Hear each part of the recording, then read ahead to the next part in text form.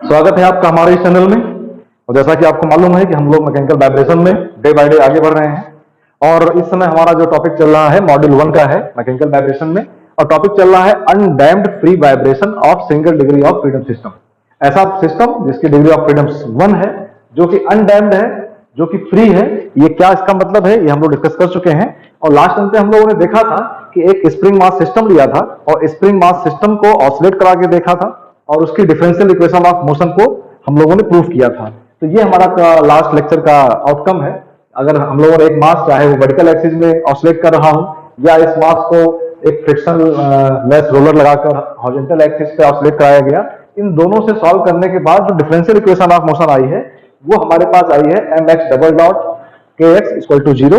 और जहां पे x डबल डॉट का मतलब क्या है, एक्सीलरेशन ऑफ दैट मास, और x का मतलब क्या है, डिस्प्लेसमेंट ऑफ दैट मास। इसी क्रम में आगे बढ़ते हैं और आज हम लोग एक दूसरी प्रॉब्लम लेते हैं। हमारी जो प्रॉब्लम 2 है वो एक सिंपल पेंडुलम का है।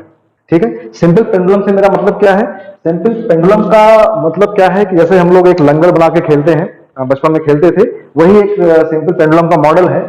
सिंपल पेंडुलम में एक स्ट्रिंग होना चाहिए, एक स्ट्रिंग होना चाहिए जिसका मास 0 हो, जिस मासलेस स्ट्रिंग होना चाहिए, उसका मास नहीं होना चाहिए, इतना लाइट हो विद रिस्पेक्ट टू मास। ठीक है। दूसरा कि जो हमारे पास बॉब है, इसको बॉब कहते हैं। बॉब का मतलब क्या है, एक ऐसी बॉडी जिसका वॉल्यूम तो बहुत कम है बट उसका जो मास है वो ज्यादा होना चाहिए। मीन्स ऐसा मटेरियल का बॉडी हो जिसकी डेंसिटी बहुत हाई हो।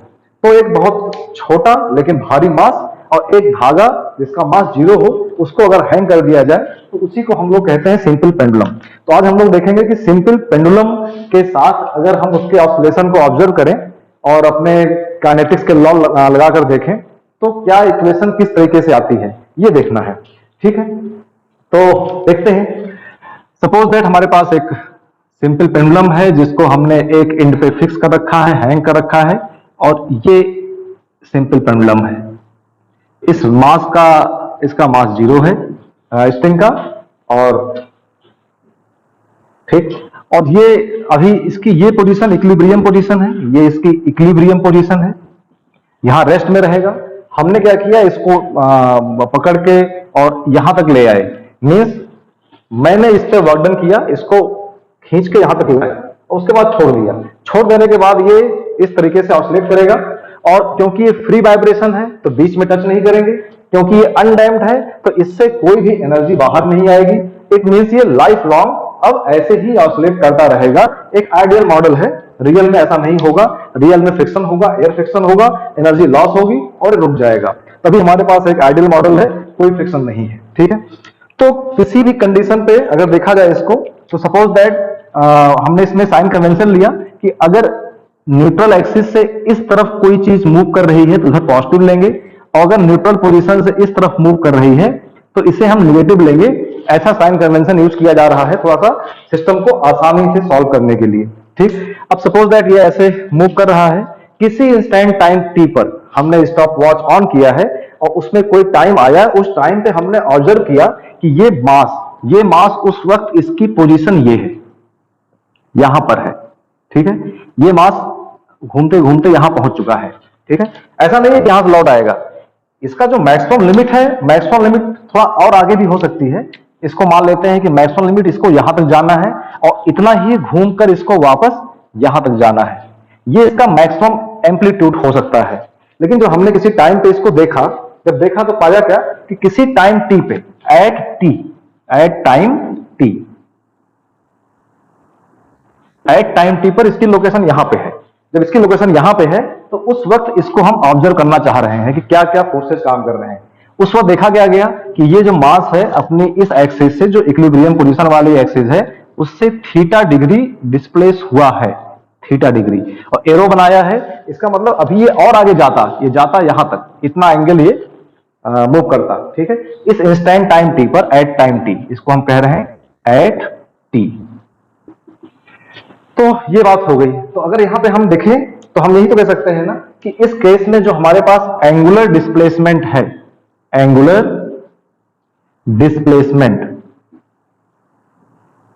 कितना है, दैट इज थीटा। ठीक है, तो एंगुलर वेलोसिटी क्या होगी, एंगुलर वेलोसिटी विल बी, क्या होता है, rate of change of angular displacement is known as angular velocity. तो इस थीटा को अगर हम डी टी के रिस्पेक्ट में डिफरेंशिएट कर दें तो ये वैल्यू आ जाएगी, इसी को कहेंगे एंगुलर वेलोसिटी, और इसी को हम लोग लिखेंगे थीटा डॉट से, जैसे यहां पे लिखा गया था एक्स डॉट से, वो लीनियर वेलोसिटी थी, ये एंगुलर वेलोसिटी है। सिमिलरली अगर एंगुलर एक्सेलरेशन की बात किया जाए, एंगुलर एक्सेलरेशन की, तो आप क्या कहेंगे, rate of change of angular velocity is known as angular acceleration. Angular velocity theta dot है, थीटा डॉट को टी के रिस्पेक्ट में अगर डिफरेंशिएट कर दें तो ये वैल्यू आ रही है एंगुलर एक्सेलरेशन, और इसी वैल्यू को हम कह रहे हैं थीटा डबल डॉट।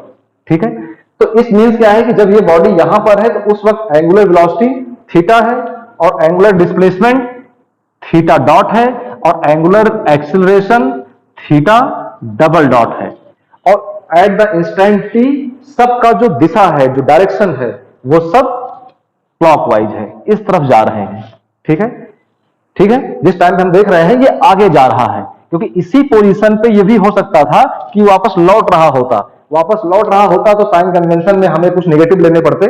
इससे बचने के लिए हम ऐसा एज्यूम कर रहे हैं कि किसी स्टैंड टाइम टी पर ये आगे जा रहा है, आगे जाते समय इसकी ये कंडीशन है एट टाइम टी, ये इसकी पोजीशन है, डिस्प्लेसमेंट, वेलोसिटी एंड एक्सेलरेशन। इतनी बात क्लियर? ठीक है, तो अगर इतनी बात समझ में आई तो थोड़ा सा देखते हैं कि इस इंस्टेंट पर इस बॉडी की हमें एफबीडी बनानी है। ये बॉडी जिसका मास m है, ये अभी इस पोजीशन पे पहुंचा है और इसकी हमें एफबीडी बनानी है कि इस पर कौन कौन से फोर्सेस एक्ट कर रहे हैं। तो जाहिर सी बात है सिस्टम में एक्सेलरेशन भी है, तो एक्सेलरेशन भी है तो डी एलेम्बर्ट के हिसाब से इनर्शिया फोर्स या यूं कहें इनर्शिया टॉर्क लगेगा। ठीक है, तो जरा एक बार एंगुलर मोशन को थोड़ा समझना पड़ेगा कि जब बॉडी किसी एंगुलर पाथ पे घूमती है, सर्कुलर पाथ पे घूमती है तो क्या होता है, क्योंकि ये जो मोशन हो रहा है हो तो सर्कुलर पाथ पे ही रहा है। अगर इस सर्किल को पूरा किया जाए तो एक सर्किल ऐसे बन के आएगा जिसका रेडियस क्या होगा, इस स्ट्रिंग की लंबाई, और इस स्ट्रिंग की लंबाई को हम लोग मान लेते हैं L, this is the length of string. ठीक है, तो एक ऐसा सर्किल जिसका रेडियस L है, उस L पाथ पे ये मास मूव कर रहा है, इस इंस्टेंट पे वो सर्कुलर पाथ पे है। तो जरा देखें एक बार कि सर्कुलर पाथ पे क्या कंडीशंस बनती हैं। ठीक है, ये थोड़ा स्कूल लेवल की बात है, स्कूल टाइम पे हम लोगों ने समझा था, एक बार रिवाइज कर लेंगे तो यहां इसको यूज करना आसान लगेगा। ठीक है, सपोज दैट कि एक कोई छोटी सी साइकिल लेते हैं एग्जांपल के तौर पे, एक साइकिल है, आपकी साइकिल है, आप इस पे बैठे हैं और ये रोड पे चल रही है, और इस वक्त इसकी वेलोसिटी है, कांस्टेंट वेलोसिटी है v, क्या है, मान लेते हैं 5 मीटर पर second. When velocity is constant, velocity constant है, अगर मैं आपसे पूछूं व्हाट इज द एक्सेलरेशन, तो आप क्या कहते हैं, एक्सेलरेशन क्या होता है, rate of change of acceleration is velocity, because velocity is constant, velocity change नहीं हो रही है। तो एक लाइन में आप कहेंगे कि ये एक्सेलरेशन कितना होगा, 0, क्योंकि वेलोसिटी 5 मीटर पर सेकेंड है और पाथ कैसा है इसका, पाथ है स्ट्रेट लाइन। अगर आपकी साइकिल स्ट्रेट लाइन पाथ पे 5 मीटर पर सेकंड की स्पीड से चल रही है तो उसमें एक्सेलरेशन 0 होगा। अब जरा एक काम करते हैं, इसी साइकिल को लेके आप चौराहे पे घूमने लगते हैं गोल गोल, लेकिन वेलोसिटी कितनी रखेंगे, 5 मीटर पर सेकंड ही रखेंगे। अब देखते हैं क्या होने वाला है कि ये हमारे पास एक सर्कुलर पाथ है, ये चौराहा है, इस चौराहे पे आप साइकिल लेके घूम रहे हैं, आपकी साइकिल यहां पे है। ठीक है, ये रेड कलर से जो है ये साइकिल है और इसका सेंटर ये है, चौराहे का सेंटर ये है। इट मींस अब यही साइकिल इस सर्कुलर पाथ पे मूव करने लगी। तो हमने साइंस में पढ़ा है हाई स्कूल इंटरमीडिएट लेवल पे, जब कोई बॉडी सर्कुलर पाथ पे मूव करती है उस वक्त, जब ये मान लेते हैं सर्कुलर पाथ पे मूव कर रही है, इसका यूनिफॉर्म एंगुलर वेलोसिटी क्या है, ओमेगा, और उस समय जो इसकी लीनियर वेलोसिटी क्या होगी, लीनियर वेलोसिटी क्या होगी, लीनियर वेलोसिटी टेंजेंशियल होती है। अगर ये ओमेगा होगा तो इसी के टेंजेंट पे हम इसको ले आएंगे, इस पे टेंजेंट अगर खींचा जाए तो ये इसकी एंगुलर वेलोसिटी, लीनियर वेलोसिटी हुई v, और हमें जानते हैं कि लीनियर वेलोसिटी और एंगुलर वेलोसिटी के बीच का रिलेशन क्या होता है, r इंटू ओमेगा, जहां पे इसका रेडियस क्या है, r। ठीक है, तो ये हमें मालूम है अपने स्कूल लेवल से। ठीक है, एक बात यहां ये कहनी थी, जब कोई बॉडी सर्कुलर पाथ पे मूव करती है उस वक्त उस पे दो एक्सेलरेशन काम करते हैं। एक एक्सेलरेशन होता है टेंजेंशियल वेलोसिटी, अगर ये वेलोसिटी चेंज होगी मींस आपने गाड़ी की स्पीड बढ़ा दिया, साइकिल स्पीड 5 से 10 कर दिया या 10 से 5 कर दिया, तो ये वैल्यू बदलेगी, तो इस हर एक टेंजेंशियल एक्सेलरेशन आएगा।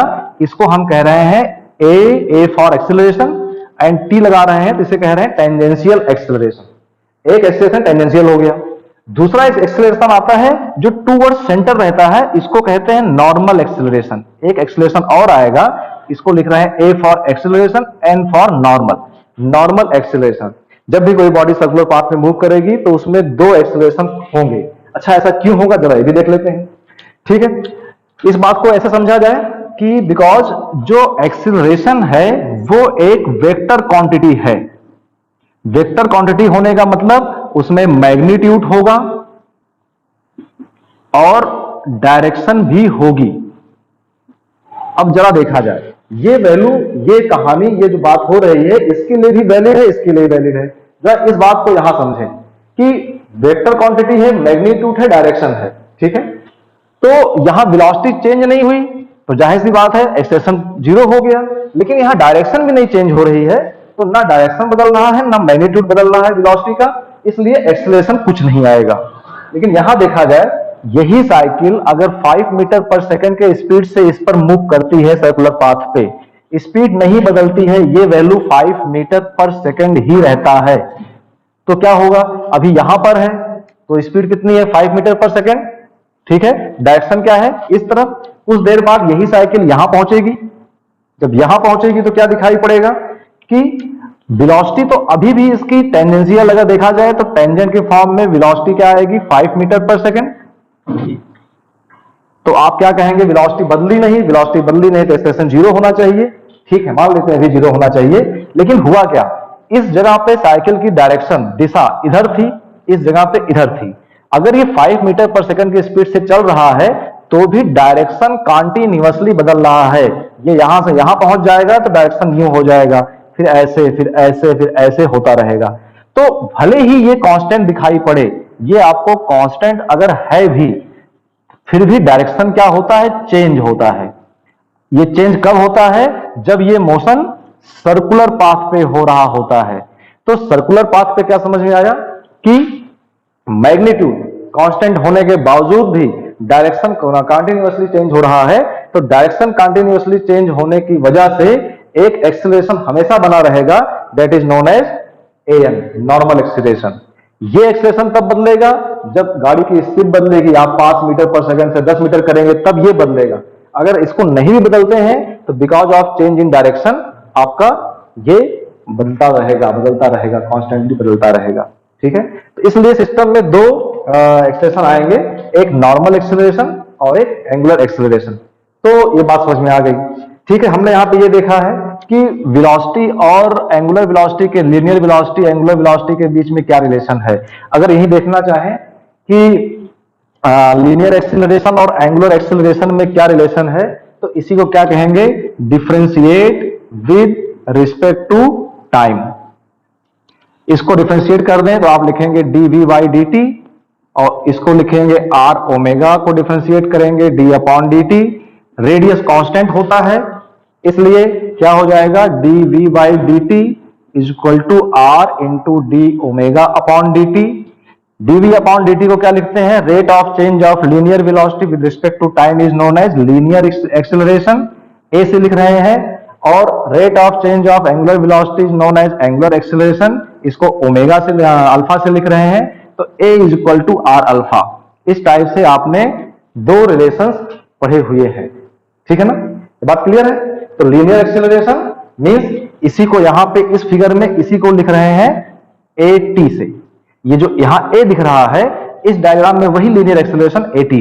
ठीक है, तो इस लीनियर एक्सेलरेशन और एंगुलर एक्सेलरेशन, ये नॉर्मल एक्सेलरेशन नहीं, एंगुलर एक्सेलरेशन, ओमेगा के बदलने से अल्फा आएगा।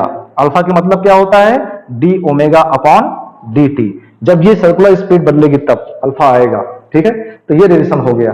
इन सब का यूज यहां करने वाले हैं। तो आगे के प्रोसेस में हम लोग क्या करने वाले हैं, जो कॉन्सेप्ट देखा है अभी उसके बेस पर इसकी वीडियो बनाएंगे।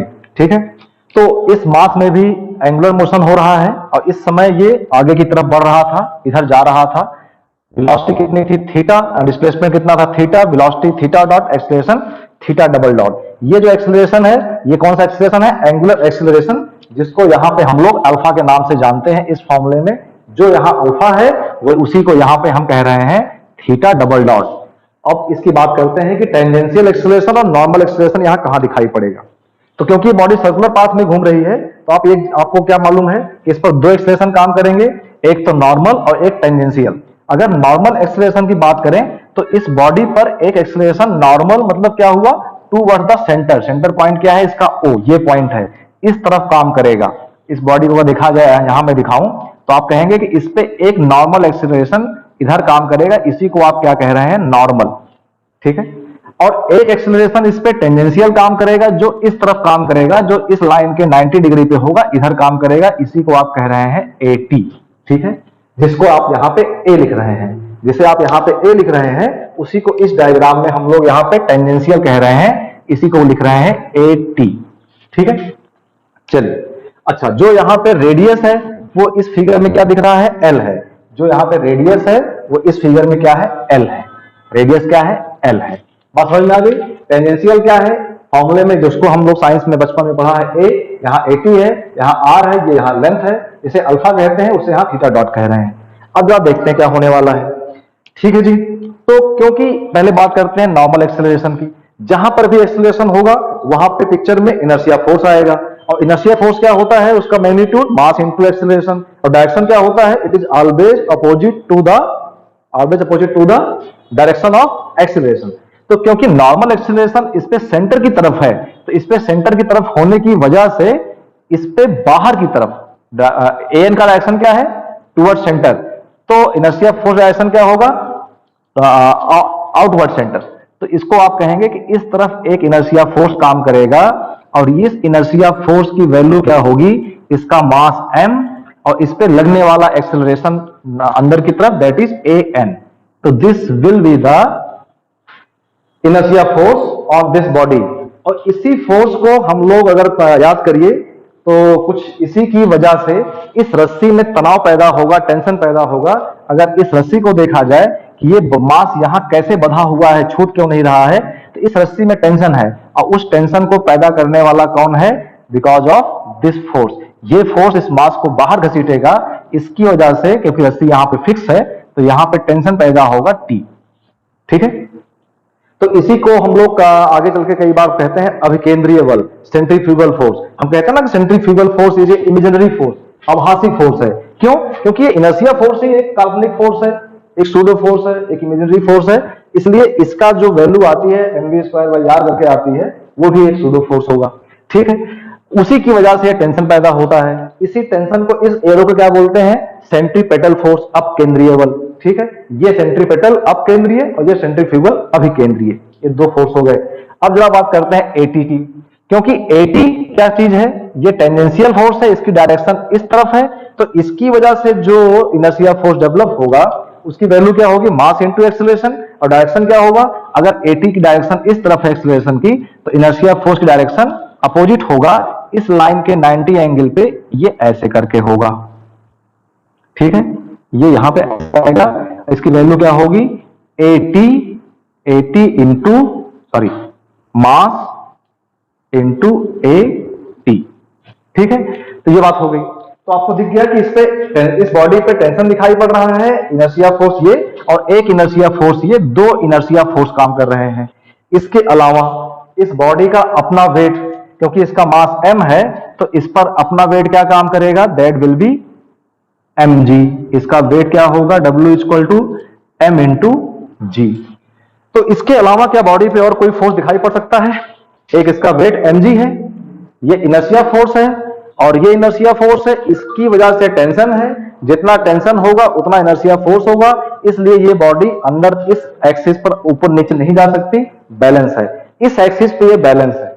लेकिन अगर यहां देखा जाए तो इस वापस आ सकती है, आगे जा सकती है, इसलिए इसमें ऑसिलेशन हो रहा है।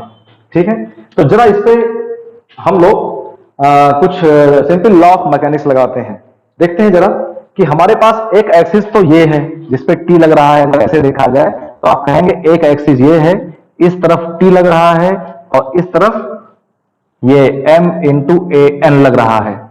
अच्छा, एक एक्सिस इसी के 90 एंगल पे है, ये एंगल 90 होना चाहिए, ठीक है। इस 90 एंगल पे आप कह रहे हैं कि एक फोर्स लग रहा है ये m इंटू ए टी, ठीक है। उसके अलावा क्या हो रहा है भाई कि एक वेट लग रहा है mg ना तो इधर है ना तो इधर है, इन दोनों के बीच में है, तो इसको रिजॉल्व करना पड़ेगा। रिजॉल्व करने के लिए क्या है, ये एंगल अगर थीटा है तो ये एंगल भी थीटा होगा, दो पैरेलल लाइंस हैं और ये क्रॉस लाइन है तो ये एंगल थीटा होगा।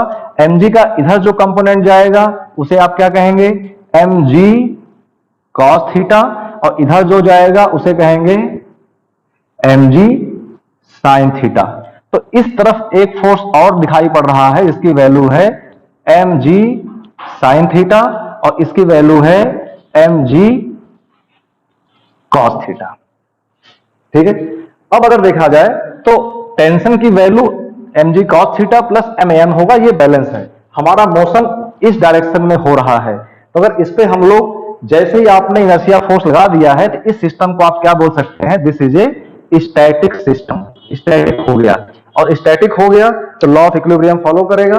आप कह सकते हैं T is equal to mg cos theta plus man and mg sin theta plus m into a t is equal to, इधर कुछ नहीं है तो जीरो। इस पे अगर हम लोग लगाएं law of equilibrium, law of static equilibrium, तो आप क्या लिखेंगे, इक्वेशन आएगी अपने पास कि m into a t plus mg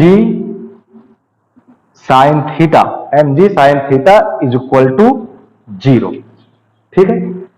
इतना क्लियर हुआ। अब जब यहां देखा जाए at को रिप्लेस कर सकते हैं, यहां से हमने क्या देखा है कि a को लिख रहे हैं at, r को लिख रहे हैं l, अल्फा को लिख रहे हैं थीटा। जहां पे at है वहां पे हम लोग l थीटा लिख सकते हैं, थीटा डबल डॉट, है ना, टेंजेंशियल एक्सीलरेशन और एंगुलर एक्सीलरेशन। तो इसे दोबारा से चेंज कर सकते हैं, m into l theta double dot plus mg sine theta is equal to zero, ठीक है। अगर थीटा की वैल्यू बहुत कम हो, क्योंकि ये जो हम लोग ऑसिलेशन लेते हैं, उसमें डिस्प्लेसमेंट बहुत ज्यादा नहीं लेते हैं, बहुत ज्यादा लेंगे तो एरर आएगी। ये जो सारे फॉर्मूले सिंपल हार्मोनिक मोशन वगैरह प्रूफ हो रहे हैं, it is valid only for small displacement, है ना। तो अगर ये लिखें यहां पे कि if theta is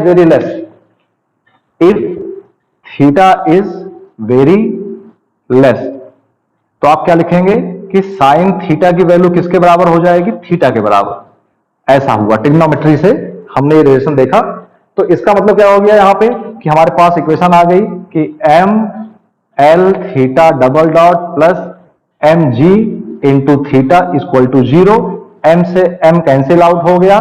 final equation आई l theta double dot plus g theta is equal to zero.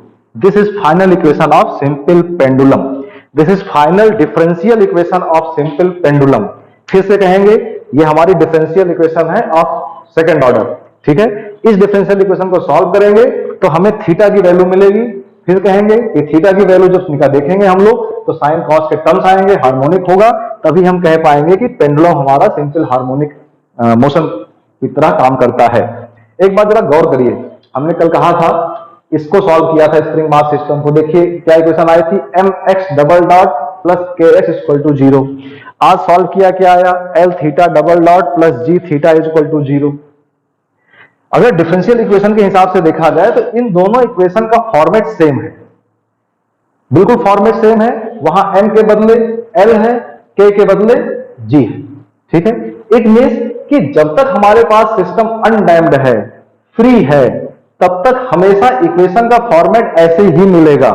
तो हमें ज्यादा परेशान नहीं होना है, किसी भी एक इक्वेशन को सॉल्व करते हैं और उसका डिस्प्लेसमेंट इक्वेशन निकाल लेते हैं और उसके बाद उसी से कंपेयर करके हम सीधे अपनी नेचुरल फ्रीक्वेंसी को देख पाएंगे। बार बार इंजीनियरिंग मैथमेटिक्स लगाकर हम इसको सॉल्व नहीं करेंगे, एक बार सिर्फ सॉल्व करेंगे, इसलिए काफी आसान है। अगर मैथ में थोड़ी सी प्रॉब्लम भी आपको दिखाई पड़ रही है तो कोई बहुत चिंता की बात नहीं है, एक बार देखकर बार बार कंपेयर करना है। ठीक है, तो नेक्स्ट लेक्चर में मिलेंगे और ये काम ये करेंगे कि इन्हीं दोनों प्रॉब्लम को फिर से करेंगे by the law of energy conservation, energy method से करेंगे। यहां हमने एनर्जी की कोई बात नहीं की, काइनेटिक एनर्जी, पोटेंशियल एनर्जी, यहां सिर्फ बात की गई है डी एलेम्बर्ट प्रिंसिपल की। ठीक है, ये मेथड था by the D'Alembert principle. Next lecture में मिलेंगे और हम लोग एनर्जी मेथड से सॉल्व करेंगे। तब तक के लिए स्वस्थ रहिए, मस्त रहिए।